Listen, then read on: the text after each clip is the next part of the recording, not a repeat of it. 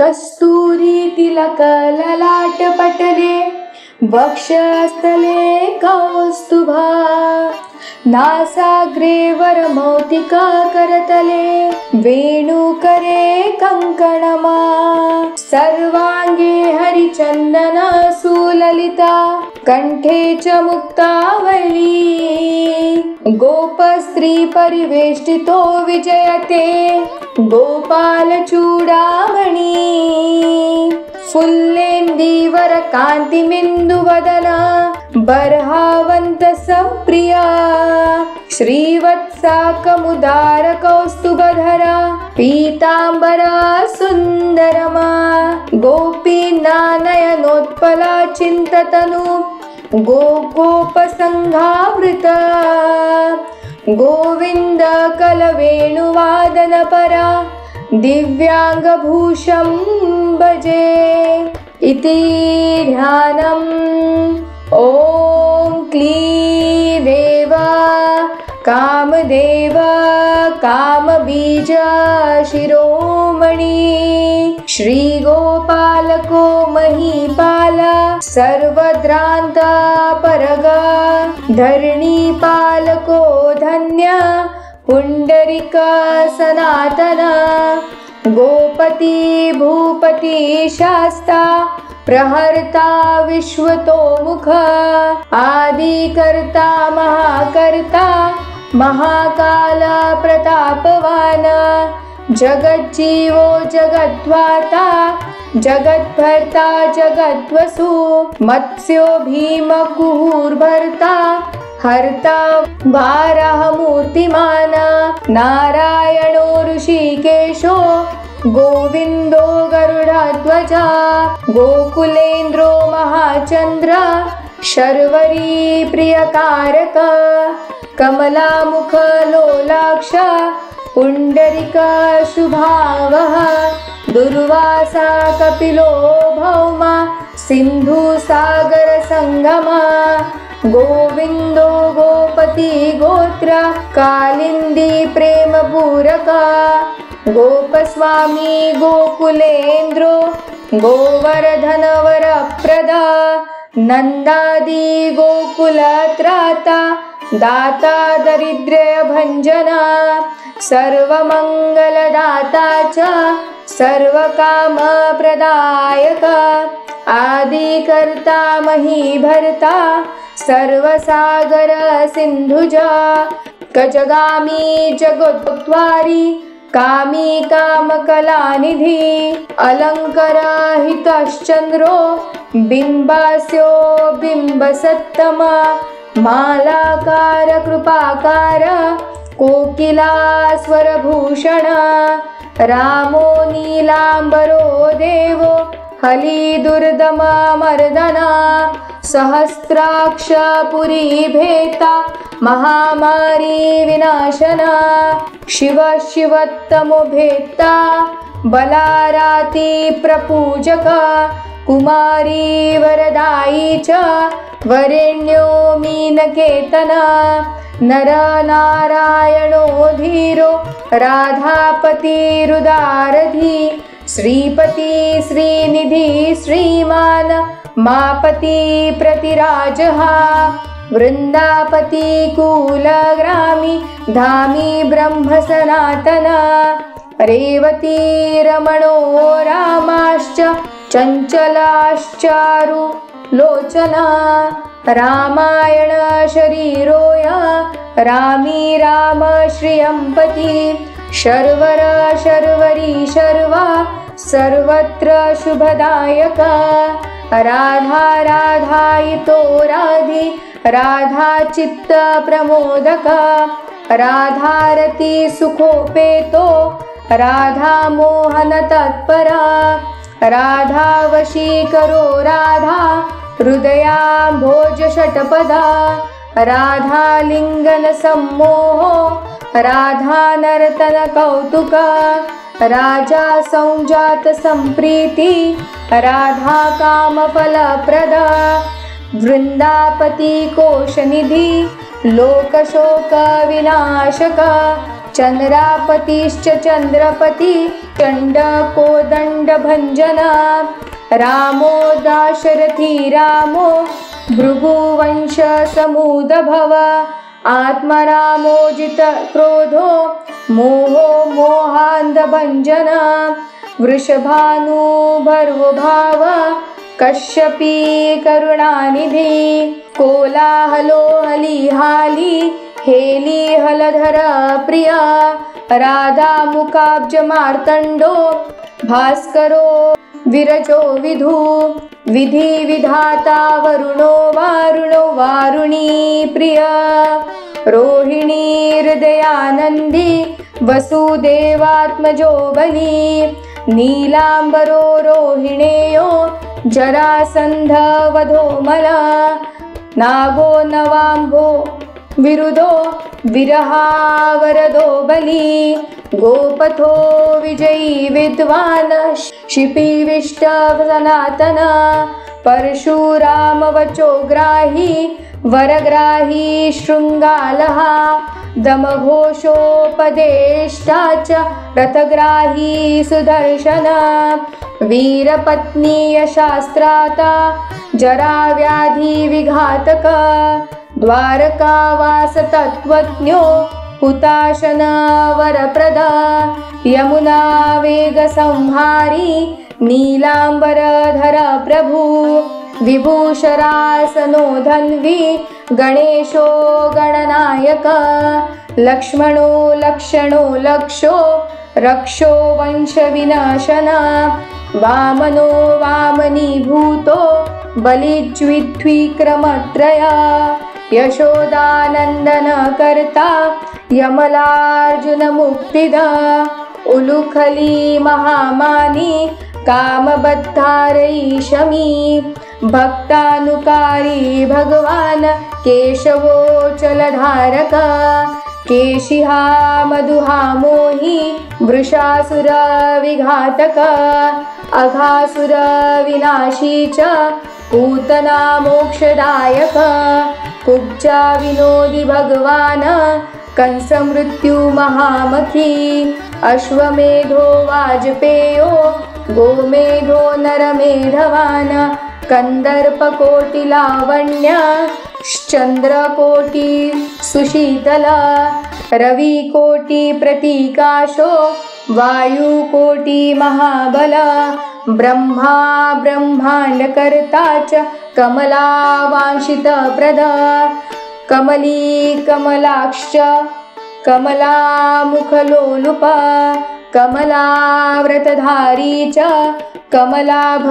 पुरन्दर सौभाग्याधिकचित्तोय महामायी महोत्कट तारकारी सुरत्राता मारीच क्षोभकारक विश्वामित्रप्रियो दान्तो रामो राजीवलोचनो लङ्काधिपकुलध्वंसी विभीषण वरप्रदा सीतानन्दकरो रामो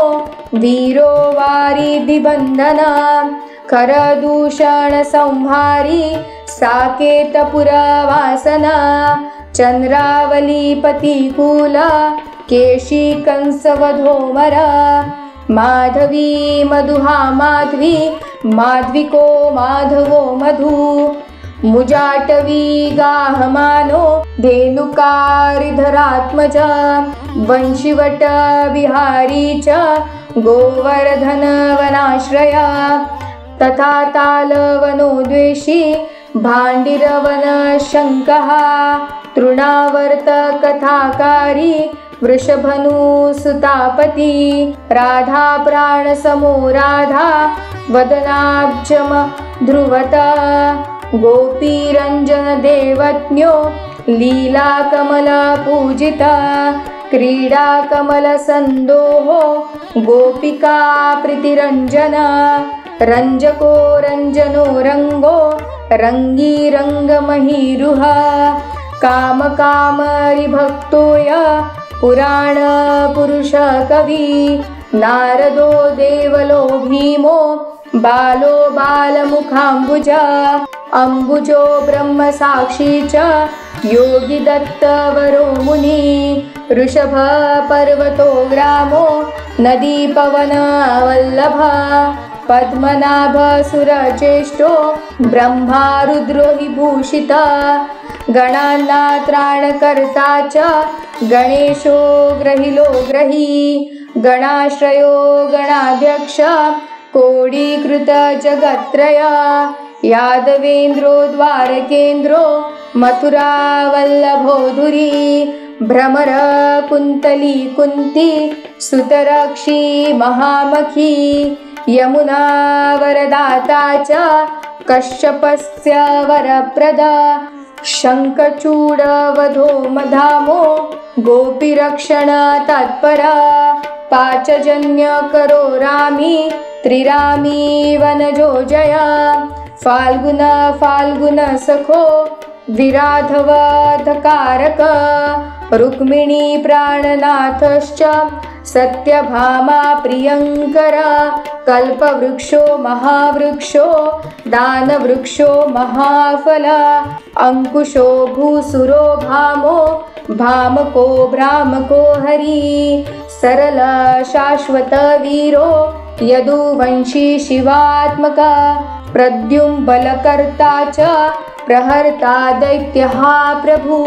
महाधनो महावीरो वनमाला विभूषण तुलसीदाम शोभाडयो जालन्धर विनाशन शूरसूर्यो मृकण्डश्च भास्करो विश्वपूजिता रविस्तमोहवहिश्च वाडवो वडवानल दैत्यदर्प विनाशी च गरुडो गरुडाग्रज गोपीनाथो महीनाथो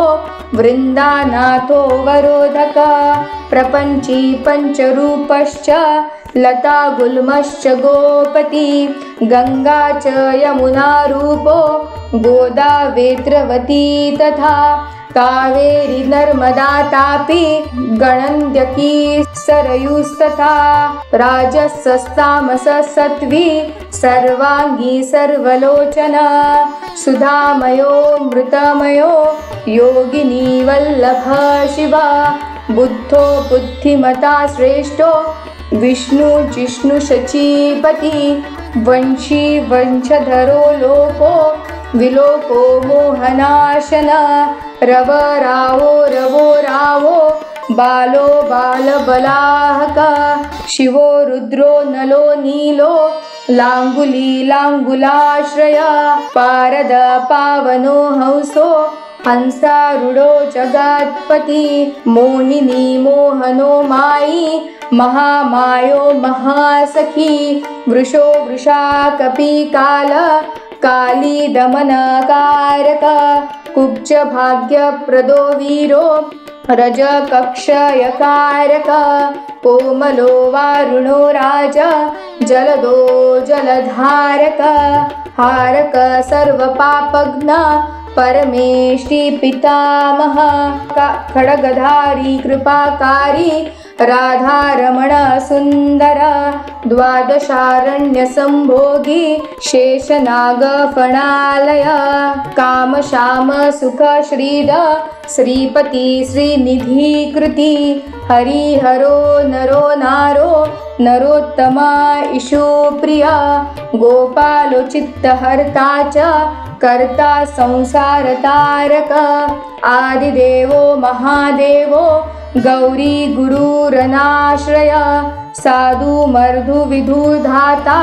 भ्राता क्रूरपरायण रोलंबी च हयग्रीवो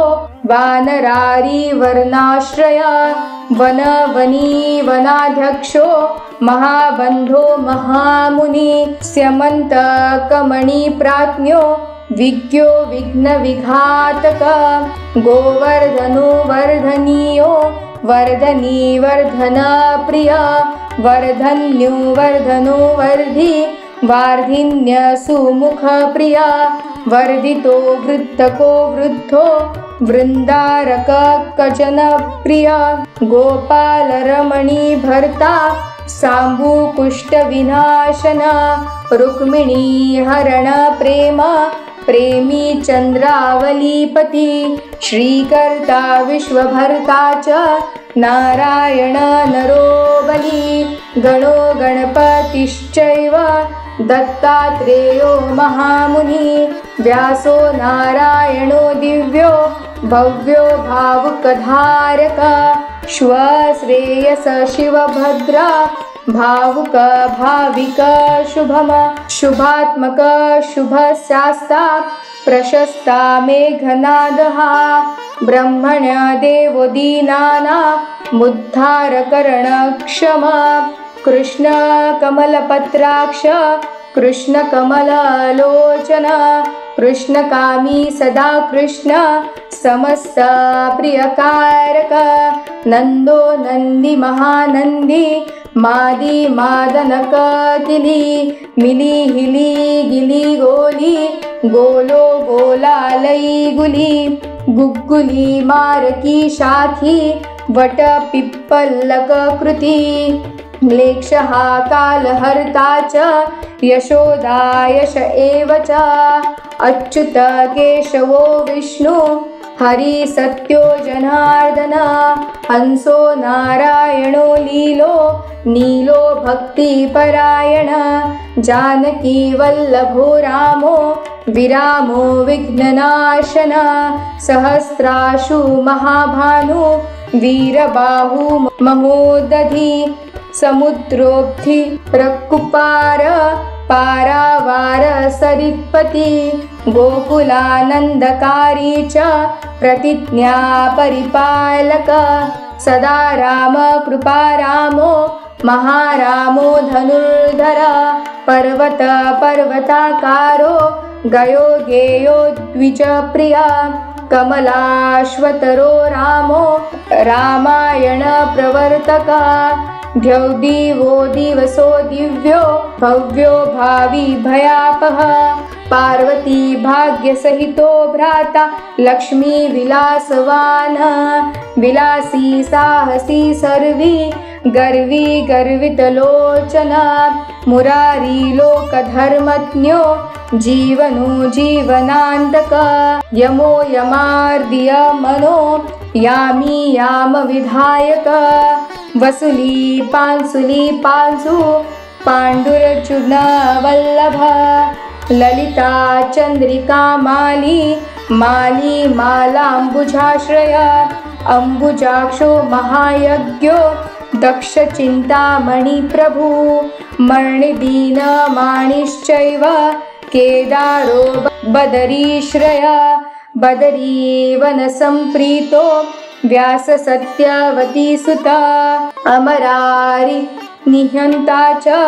सुधा सिंधु विदुर्दया चंद्रो रवि शिव शूली चक्री चैव गदाधर श्रीकर्ता श्रीपति श्रीदा श्रीदेवो देवकी सुता श्रीपति पुंडरीकाक्ष पद्मनाभो जगत्पति वासुदेवो प्रमेयात्मा केशवो गरुडध्वज नारायण परम धाम देवदेवो महेश्वर चक्रपाणि कलापूर्णो वेदवेद्यो दयानिधि भगवान् सर्वभूतेषु गोपाल सर्वपालक अनंत निर्गुणोऽनन्तो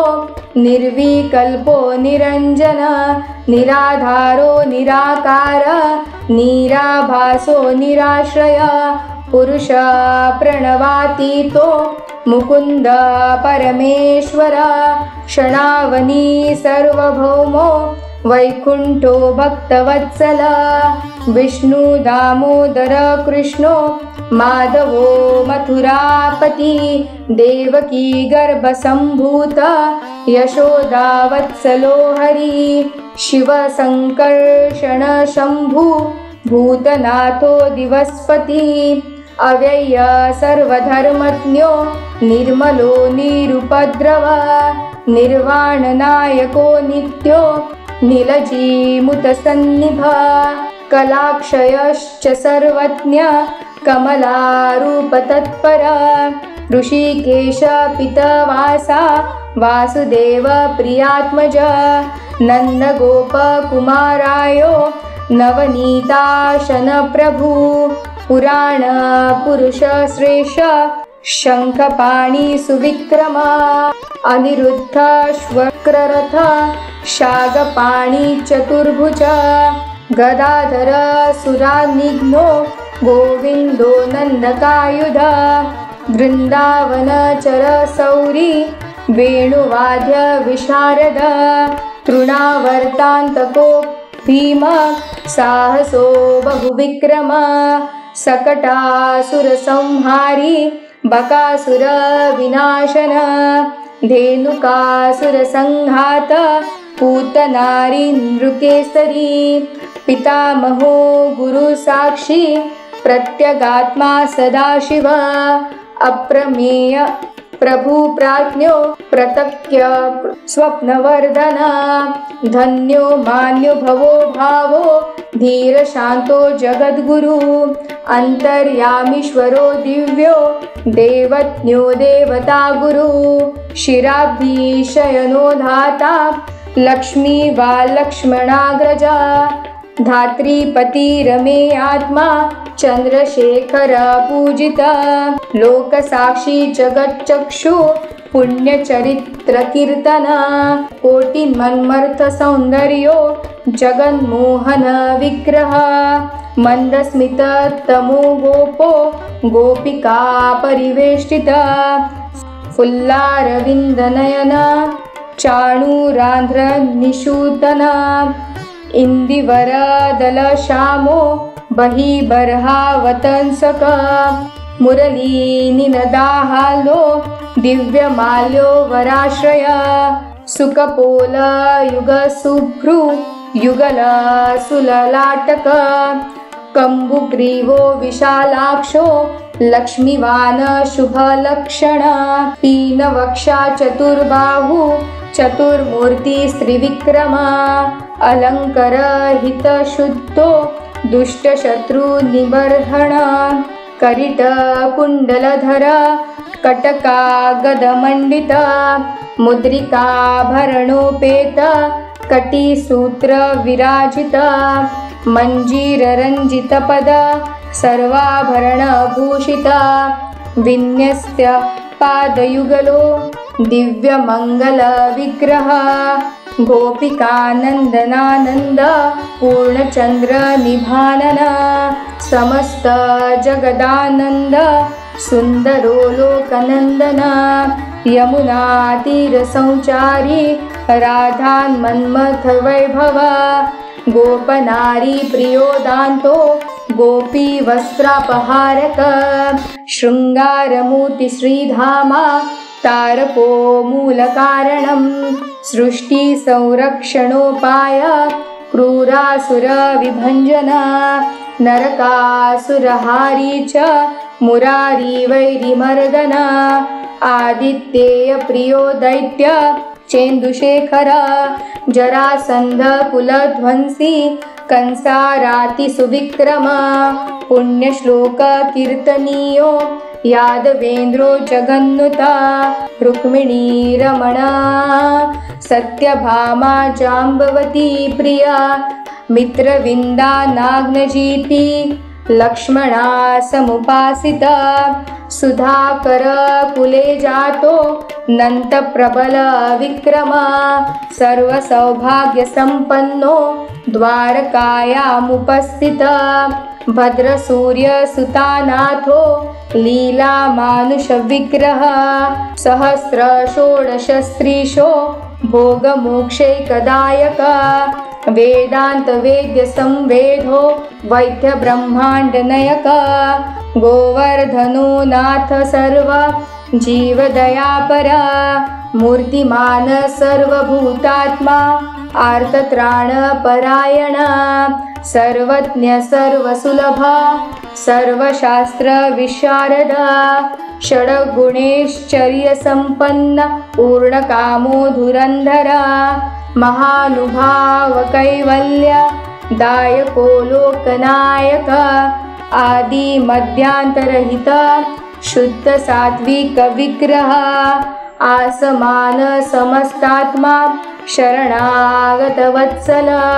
उपस्थिति संहार कारण सर्व कारणम गंभीर सर्वभावज्ञ सच्चिदानंद विग्रह विश्वक्सेन सत्यसंध सत्यवान सत्यविक्रम सत्यव्रत सत्यसंज्ञ सर्वधर्म परायण आपनार्ति प्रशमनो द्रौपदी मानरक्षक कंदर्पजनक प्राज्ञो जगन्नाटक वैभव भक्तिवशो गुणातीत सर्वेश्वर प्रदायक दमघोष सुतद्वेषी बाणबाहु विखंडन भीष्म भक्ति प्रदो दिव्य कौरवान्वयनाशन कौन्तेय प्रिय बन्धुश्च पार्थस्य नन्दसारथी नारसिंहो महावीर स्तंभजातो महाबला प्रह्लाद वरद सत्यो देवपूजो भयंकर उपेन्द्र इंद्रावरजो वामनो बलिबंधन गजेन्द्र वरद स्वामी सर्वदेव नमस्कृता शेषपर्यकशयनो वैनतेय रथोजयी अव्याहत बलैश्चर्य संपन्न पूर्णमानस योगेश्वरेश्वर साक्षी क्षेत्रज्ञो ज्ञानदायक योगिन हत्पक जावासो योग माया समन्विता नाद बिंदु कलातीत चतुर्वर्ग फलप्रदा सुषुन्मार्ग सौचारी संदेहस्यांतरस्थिता देहेन्द्रिय मन प्राण साक्षी चेत प्रसादक सूक्ष्म सर्वगतो देहि ज्ञान दर्पण गोचर तत्वत्रयात्मको व्यक्त कुंडली समुपाश्रित ब्रह्मण सर्वधर्मज्ञ शांतो दान्तो गत्कलम श्रीनिवास सदानंदी विश्वमूर्ति महाप्रभु सहस्र शीर्षा पुरुष सहस्राक्ष सहस्रपात समस्त भुवनाधार समस्त प्राणरक्षक समस्त सर्वभावज्ञो गोपिका प्राणरक्षक नित्योत्सत्वो नित्यसौख्यो नित्यश्री नित्यमंगल व्यूहार्चितो जगन्नाथ श्रीवैकुण्ठपुराधिप पूर्णानन्दघनीभूतो गोपवेशधरो हरि कलाप कुसुम श्याम कोमल शांत विग्रह गोपांगनावृतो नंतो वृंदावन समाश्रय वेणुवादरत श्रेष्ठो देवानाहितकारक बालक्रीडा समासक्तो नवनीतस्य तस्करा गोपालकामिनी जार श्चोरजार शिखामणि परम ज्योति पराकाश परावास परिस्फुट अष्टादशाक्षरो मंत्रो व्यापको लोकपावन सप्तकोटि महामंत्र शेखरो देवशेखर विज्ञान ज्ञान संधान स्तेजो राशिर जगत्पति भक्तलोक प्रसन्नात्मा भक्त मंदार विग्रह भक्त दारिद्र्य दमनो भक्ताना प्रीतिदायक भक्तादीन मना पूज्यो भक्तलोक शिवंकरा भक्ताभीष्टप्रद सर्व भक्ता भोग निकृतन अपार करुणा सिंधु भगवन भक्त तत्परा इति श्रीराधिकानाथ सहस्रनाम कीर्तितम स्मरणात् पापराशिन्ना खण्डन मृत्युनाशनं वैष्णवाना प्रियकर महारोगनिवारणं ब्रह्महत्या सुरापान परस्त्रीगमन तथा परद्रव्यापहरण परद्वेष समन्वित मानस वाचिक काय यत्पाप पापसंभवम् सहस्रनाम पठना सर्व नश्यन्ति तत्क्षणात् महादारिद्र्ययुक्तो यो वैष्णवो विष्णुभक्तिमान् कार्तिक्या सम्पठेद्रात्र्यो शतमष्टोत्तरक्रमात् पीताम्बरधरो धीमा सुगन्धी पुष्पचन्दने पुस्तक पूजयित्वा तु नैवेद्यादिभिरेव च राधाध्यानडिकतो वीरो वनमाला विभूषित शतमष्टोत्तरदेवी पठे नाम सहस्रकम् चैत्रशुक्ले च कृष्णे च कुहुसक्रान्तिवासरे पठितव्य प्रयत्नेन त्रैलोक्यमोहयेक्षणात् तुलसीमालया युक्तो वैष्णवो भक्तितत्परा रविवारे च शुक्रे च द्वादशाश्राद्धवासरे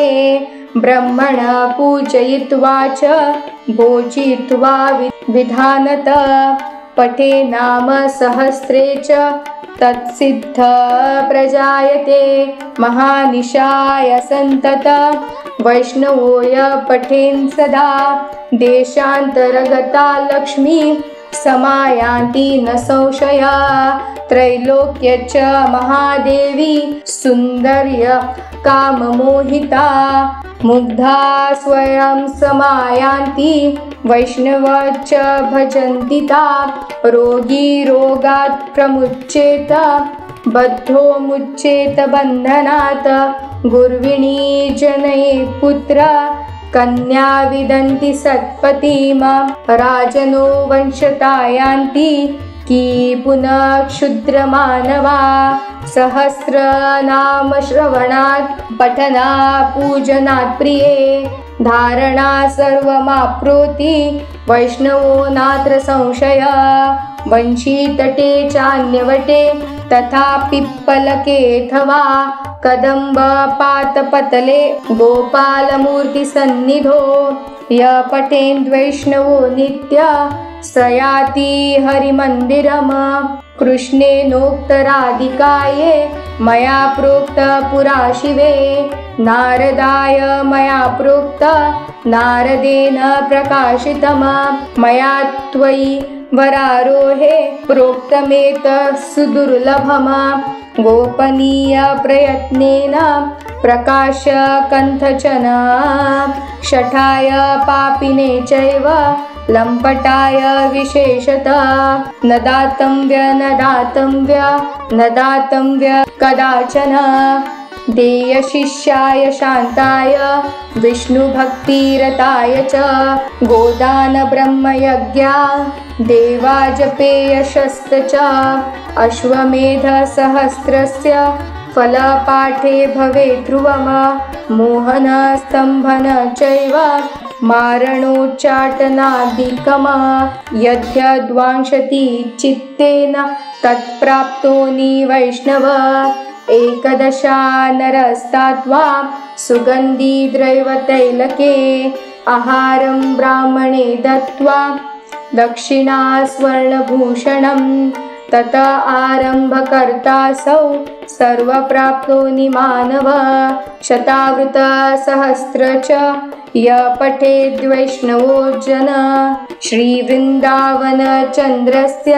प्रसादात् सर्वमाप्नुयात् यद्गृहे पुस्तकदेवी पूजिता चैव तिष्ठति न मारीच न दुर्भिक्ष नोपसर्ग भय क्वचित् सर्पान्धीभूतयक्षाध्या नश्यन्ति नात्र संशय श्रीगोपालो महादेवी वसे तस्य गृहे सदा गृहे यत्र सहस्रे च नाम्ना तिष्ठन्ति पूजितम् इति श्रीगोपाल बालसहस्रनाम सम्पूर्णम्।